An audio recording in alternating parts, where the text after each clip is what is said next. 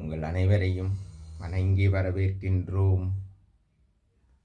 நாம் புதிதாக ஒரு யூடியூப் சேனலை உருவாக்கி உள்ளோம்.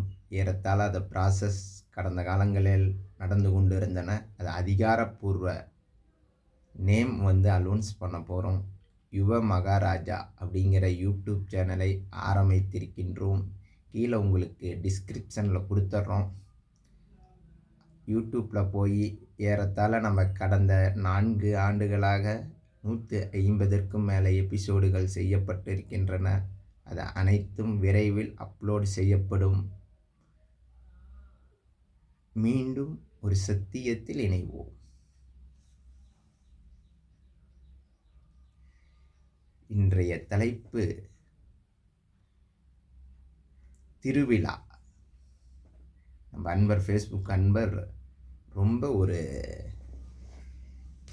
திருவிழாவை பற்றி பேசுங்க அப்படின்னு கேட்டிருந்தாங்க. ஏறத்தாழ ஆடி மாதங்கள் பிறந்து விட்டன.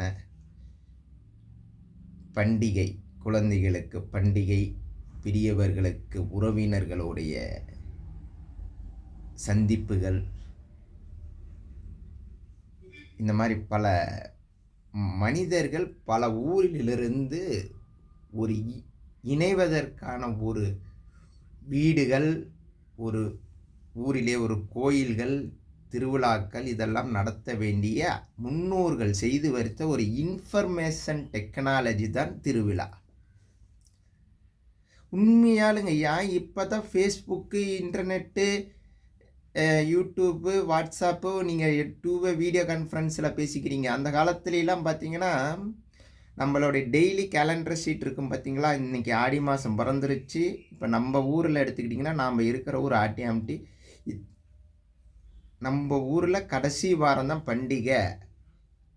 முதல்ல கம்பம் சாட்டு விழா, அடுத்தது 15 நாள் அப்புறம் அந்த ப்ராசஸ் நடக்கும். 15வது நாள் குண்டம் இறங்குதல், அலகு குத்துதல், அப்புறம் இது பொங்கல் வைக்கும் திருவிழாலாம் நடக்கும். இது ஏறத்தாழ பார்த்திங்கன்னா அந்த காலத்திலேயே ஒரு இன்ஃபர்மேஷன் மாதிரி உருவாக்கிட்டு போயிட்டாங்க. அதாவது நீங்கள் ஆட்டோமேட்டிக்காக கேலண்டர் ஷீட்டை கிழிச்சிங்கன்னா இத்தனாம் தேதி இன்னைக்கு அதை பாருங்கள். அந்த குறிப்பாக நம்ம ஊரில் சேலத்தில் சிட்டியில் பார்த்திங்கன்னா 3வது வாரம் செய்வார்கள். நம்ம ஊரில் பார்த்திங்கன்னா லாஸ்ட் வீக்கில் செய்வாங்க. அங்கே அந்த கேலண்டர் ஷீட்டை எடுத்து பார்க்கும்போது நீங்கள் எந்த ஊரில் இருந்தாலும் சரி, அப்போலாம் உங்களுக்கு மெயிலோ இன்டர்நெட்டோ இருக்காது. அந்த கேலண்டர் ஷீட்டை கிளிக்கும்போது, ஓ இன்னைக்கு பூச்சாட்டு விழா நம்ம ஊரில் சேலத்தில் இன்னைக்கு பண்ணியிருப்பாங்க, அடுத்த வாரம் நம்ம ஊரில் பண்ண போகிறாங்க அப்படின்னு ஒரு கால்குலேஷனை அப்பயே முன்னோர்கள் இன்ஃபர்மேஷன் டெக்னாலஜியாக அதை வளர்த்தி விட்டாங்க. இன்ஃபர்மேஷன் டெக்னாலஜி தான் திருவிழா. அந்த காலத்தில் ஏறத்தாழ 200-300 ஆண்டுகளுக்கு முன்பே. இப்போ திடீர்னு ஒரு உறவுகள் ஒரு நபரை சந்திக்க வேண்டும், ஒரு நலம் விசாரிக்க வேண்டும் அப்படின்னா, இந்த தேதியில் போனால் இந்த ஊரில் பண்டிகை நடக்கும், அவரை பற்றி ஒரு இன்ஃபர்மேஷன் டெக்னாலஜி வேணும்னா இன்னைக்கு போனால் ஊர் மக்கள் திருவிழாவில் திரண்டு இருப்பார்கள். கண்டிப்பாக இவரை பார்த்தரலாம், அட்லீஸ்ட் இவர் சம்மந்தப்பட்ட இன்ஃபர்மேஷனை கேதர் பண்ணிடலாம். அப்படி இல்லைன்னா வேறு ஏதாவது ஒரு எக்ஸ் லவ்வர் ஆகட்டும், ஒரு இந்த மாதிரி சமாச்சாரங்கள் அந்த திருவிழாவுக்கு வருவாங்க, பார்ப்பதற்கு ஒரு வாய்ப்பு கிடைக்கும். ஒரு விட்டு போன உறவுகள் பையனோ அல்லது பேரனோ இந்த திருவிழாவுக்கு வருவாங்க, பார்ப்பதற்கு ஒரு வாய்ப்பு கிடைக்கும். இந்த நேரத்தில் போனால் இந்த ப்ராசஸ்லாம் நடக்கும் அப்படின்னு ஒரு வாய்ப்பு கிடைக்கும். அட்லீஸ்ட் அவங்க வேறு ஊரில் இருந்து நபர் வரும்பொழுது அவங்கக்கிட்ட இருந்து சில இன்ஃபர்மேஷனை நம்ம கேதர் பண்ணுறதுக்கு இருக்கும்.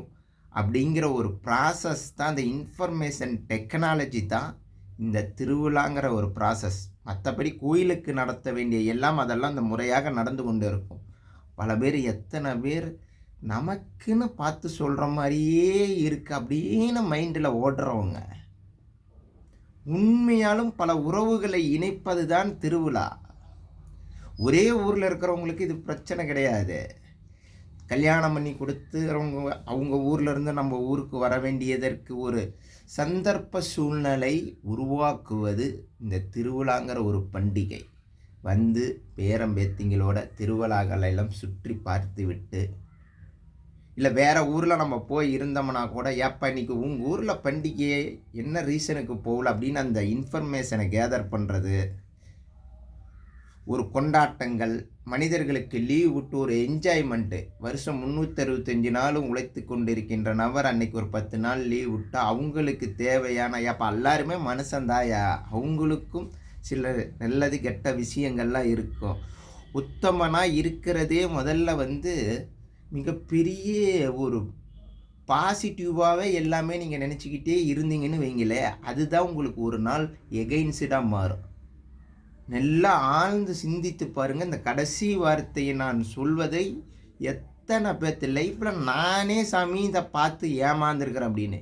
நீங்க யாரெல்லாம் அதிகம் உத்தமராக இருக்கிறாங்களோ, அவங்க தான் மிகப்பெரிய ஒரு யாருமே செய்ய முடியாத நெகட்டிவான ஒரு வேலைய செஞ்சிருப்பாங்க. எதிர்பார்த்திருக்கவே முடியாது.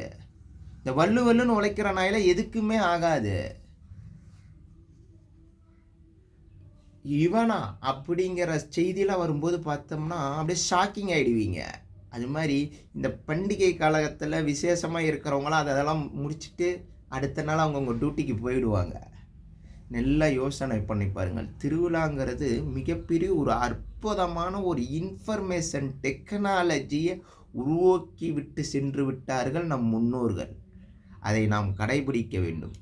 நீங்க ஒண்ணும் தேவையில்ல. கேலண்டர் சீட்ட கிழிச்சா மனம் உடனே இத்தனாம் தேதி இன்னைக்கு நம்ம ஊர்ல வந்து கம்பம் நடு விழா, 15 நாள் இன்னைக்கு குண்டம் எரியிடும் விழா, விடிய விடிய எரியும். காலையில பூ மிதிச்சிருப்பாங்க. அடுத்த ப்ராசஸ் வந்து தேர் இழுத்திருப்பாங்க.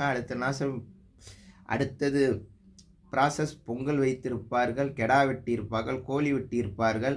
அடுத்தது மஞ்சள் நீராட்டு விழா என்று எல்லா ப்ராசஸும் மனதுக்குள்ளே நீங்கள் எங்கே இருந்தாலும் பார்த்தீங்கன்னா உள்ளுக்குள்ளேயே சுற்றி கொண்டு இருக்கும். அதுதாங்க ஐயா திருவிழா.